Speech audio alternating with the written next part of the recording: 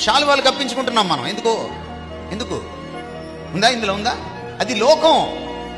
లోకాన్ని మనం లోపలికి తెచ్చుకున్నాం. ఎందుకు మనకి శాలువాలు దేనికి? దండలు దేనికి? ఆయనకు చెందవలసిన పూజ దైవజనుడికి ఇవ్వకూడదు, పాస్టర్కి ఇవ్వకూడదు. అదిగోండి బయట నాయకులు వెళ్తుంటే క్రేన్తో దండ వేస్తున్నారు. పాపం వాళ్ళకి అవసరం, అది మనకు అవసరం లే. సెల్ఫ్ వర్షిప్ ని దేవుడు భరించడు. ఎందుకంటే ప్రవక్త ద్వారా చెప్పాడు ఆయన, నేను ఒక్కడినే,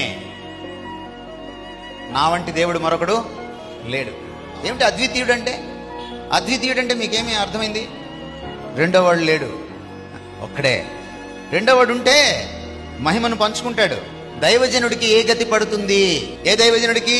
అహాన్ని పూజించేవాడు. అహాన్ని పూజించేవాడే కదండి తను ప్రమోట్ చేసుకుంటాడు. ఇందులో మనందరం కూడా ఈ పాపంలో, అదేదో అంటారు కదా, తిలా పాపం తలా పిడికడని, మనందరికీ ఉంది ఇందులో.